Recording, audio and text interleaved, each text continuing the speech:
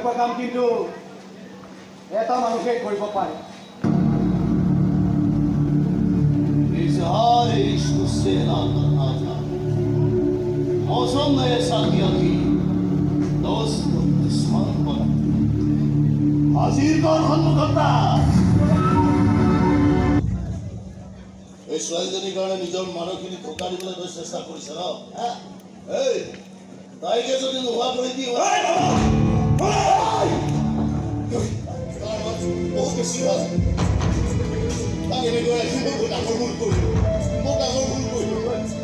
তই কাৰ কথা কৈ আছ তোৰ? কালি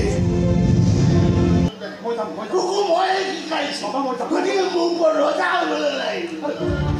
নাই হোৱা বাবা ৰজা, তই ৰজা হ'ল। মই তলত পৰি থকা কুকুৰ, এটা চোৱা তেনেকা কুকুৰ। এতিয়া কথাখিনি বেয়া